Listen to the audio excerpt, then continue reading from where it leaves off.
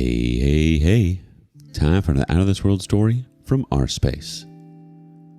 Betrayal doesn't show up with fireworks or flashlights. Sometimes it just quietly slips in, smiles at you, and eats your leftovers while texting someone else. Today on rSpace, it's that gut feeling you ignored. My best friend caught my wife cheating and recorded everything. Update: the divorce is final and her life is in shambles. I'm going to start this off by saying that you've got to listen to your gut. If something feels off to you, it's probably because something is wrong. I learned this the hard way, and I won't be making that mistake anymore. I just hope that if you're reading this and you find yourself in a similar position, you trust your gut instead of making excuses for the other person. This whole mess up story started when I got married. Me and my wife, Shayla, got married 3 years ago, when we were both 23.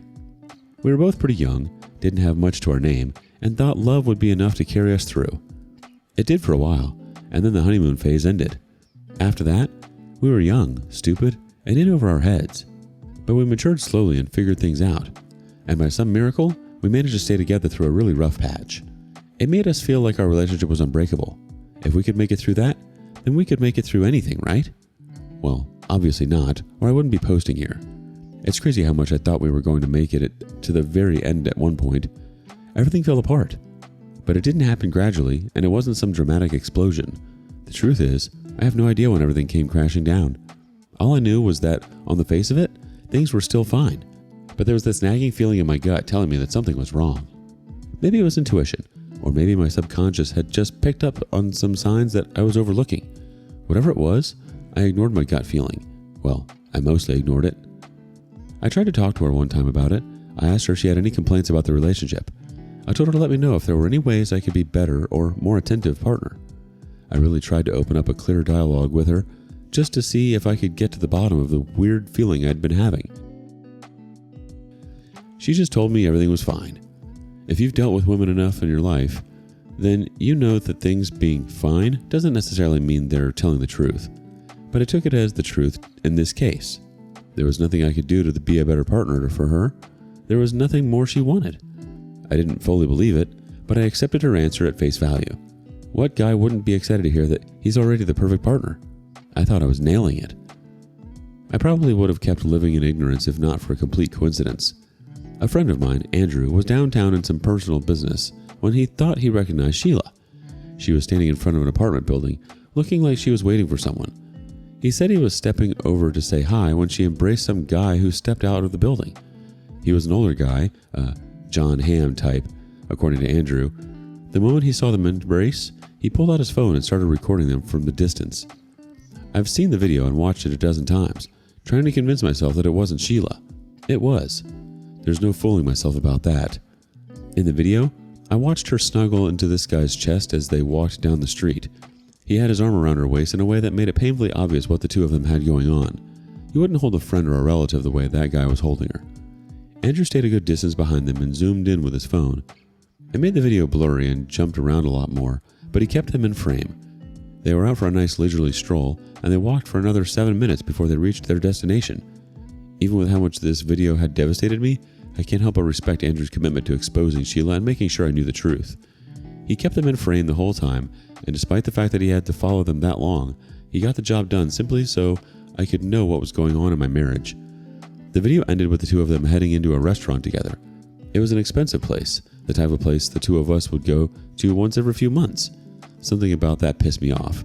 Was she hanging on with this older guy because of money? Yeah, I wasn't rich, but we were comfortable. I provided, and I was constantly improving myself to provide a better life for us. Was that not good enough for her?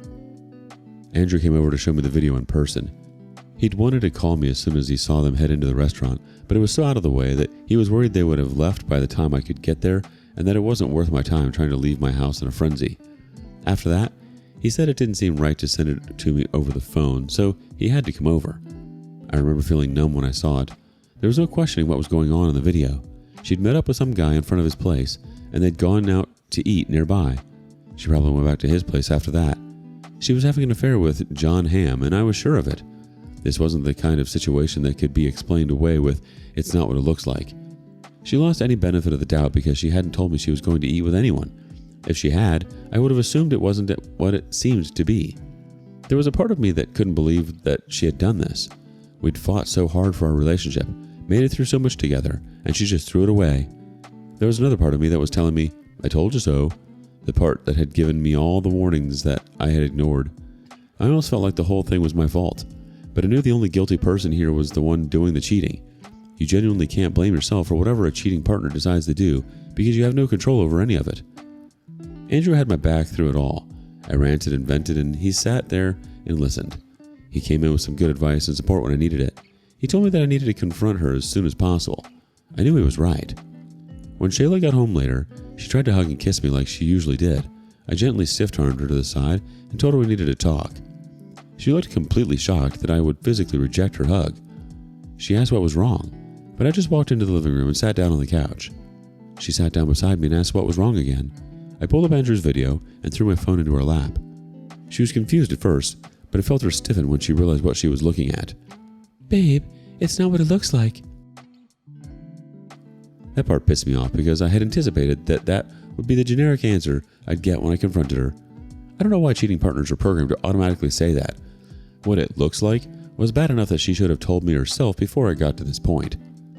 I lagged and told her to go ahead. I really wanted to hear her attempt to explain her way out of this one. She floundered for a bit and then mumbled something about how he was an old friend and they just happened to run into each other. She said they were just talking and went into the restaurant to catch up, and that it wasn't what it looked like. I asked why she was so comfortable with an old friend. They were practically making out on the street, and the guy had a handful of her butt in the video. She couldn't say anything to that. How wasn't that what it looked like? I told her to cut the crap. She hadn't met the guy by chance. Andrew had seen her hanging out in front of the building, waiting for him to come down. Then I asked how she was old friends with a guy who was almost twice her age. She stammered a few times as she could explain, but she couldn't. She tried her luck to think up a lie, but it was clear she couldn't come up with anything convincing in the moment, under all that pressure.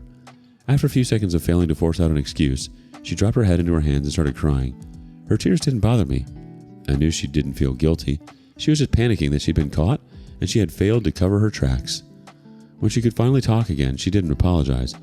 She didn't attempt to explain herself or give me the truth. She just looked at me and asked if we could talk about this later, as if the marriage she'd blown up was some small dispute that could be set aside. I didn't yell or curse. I just stood up and told her I was done. If our marriage was a joke to her, I wasn't going to stick around to be the punchline. I walked around the apartment, packing my things. I told her I was going to be staying with Andrew. She could have her old friend over if she wanted. She followed me around the house, saying I was overreacting. She asked me to give her a moment to explain. I reminded her that I'd given her a chance, and she'd lied to me, made excuses, and then said she didn't want to talk about it. She obviously didn't care about our marriage anymore, so I didn't either. She cried harder after that, but I didn't stop packing. I was angrier than I'd ever been, but I didn't yell. It almost felt like I was too mad for that. I was just numb. She tried everything to stop me. She begged, cried, and bargained. She told me she'd do better, that it was a moment of weakness. That was the first point where she sort of acknowledged that it was what it looked like. She had cheated, but she didn't admit it straightforward away, annoyingly enough. She said she'd delete his number, or that we could move cities. When she started trying to physically grab me, I pulled out my phone and started recording. The last thing I needed was for her to slip and say I'd hit her. We all know who people would believe. The camera didn't stop her a bit. There was a short physical scuffle for a while. She wrapped her arms around my midsection and tried to pull me backwards, and I fought to keep my balance while making sure the camera caught what was going on. She gave up after a few seconds of struggling and then went to sit in the corner crying. It was actually pathetic seeing as she lost her cool like that. Why do women cheat and then act like you're the one being unjust when you don't want to take them back? We men have enough of our problem thinking about the men you were intimate with before we met, let alone one that you were intimate with while we were together. That shouldn't be forgiven by anyone. I kept packing my stuff, with my camera still running. As I narrated events of that evening, just like I described them here, I wasn't going to post it on social media or anything. God knows I don't want my face floating around attached to that kind of thing. I recorded everything for my own protection. She'd physically assaulted me already, and I was worried about her trying it again. When I was finished packing, I didn't even say goodbye. I just left. Andrew didn't ask any questions when I showed up. He just helped me carry my things inside and prepped a place for me to stay. He made sure I had something to eat and dealt with Shayla when she started blowing up my phone. She called me a lot in the first few days after I left, when I still wasn't ready to deal with her. Eventually, I spoke to her myself. She had nothing to say that changed my mind. No apology, not even a good explanation. She just said I should come home and then we could work through this. She kept reminding me that we'd made it through worse. I told her that we'd made it through some tough times, but nothing as bad as this. This was the worst that could happen to us, and she'd walked into it happily. I stopped answering her calls after that. I didn't even listen to her voicemails. I lawyered up, and the divorce is going to happen. It's the only option, really. She wants to stall, but I'm ready to wait her out.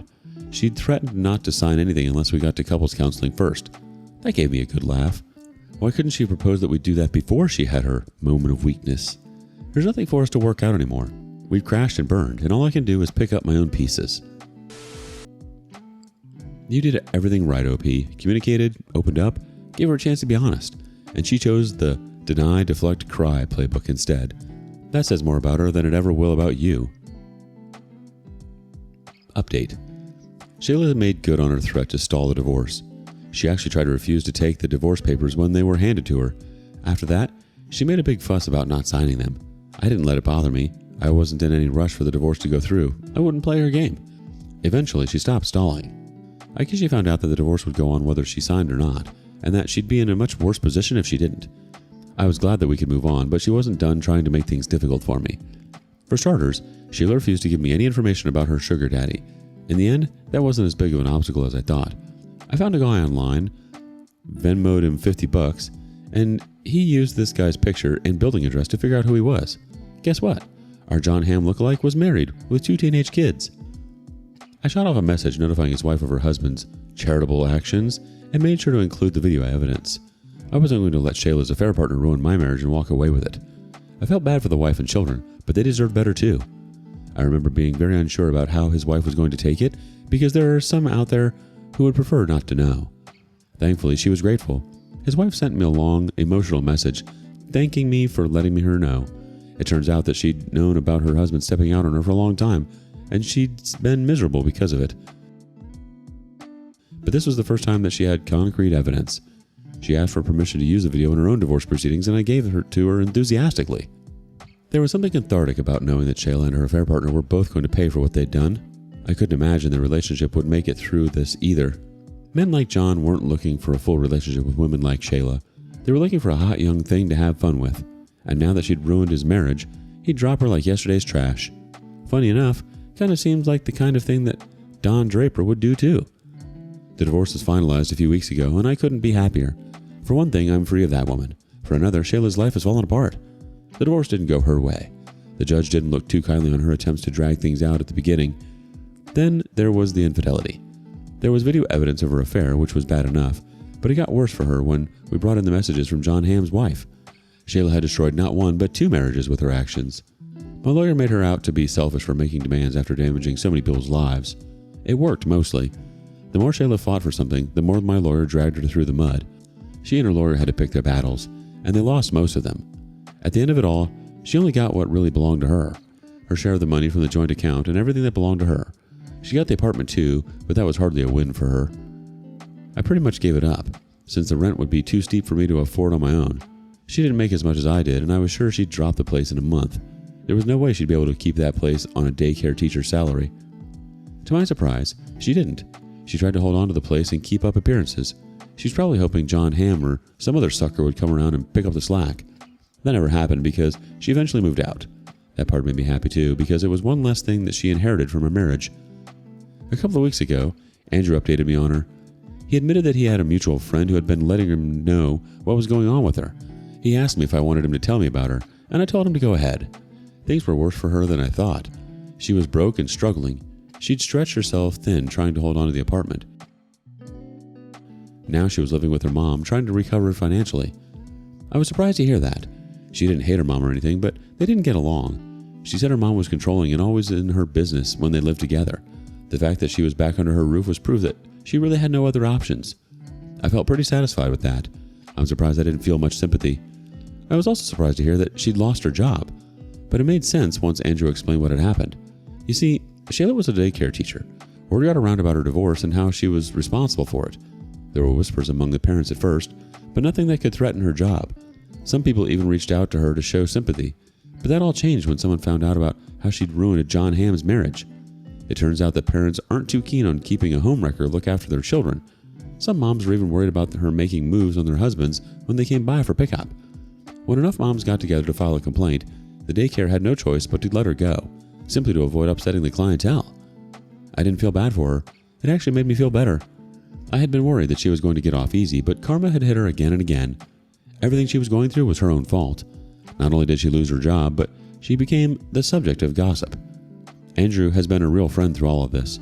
He never complained about me staying with him, but I knew I couldn't keep sleeping on his couch forever.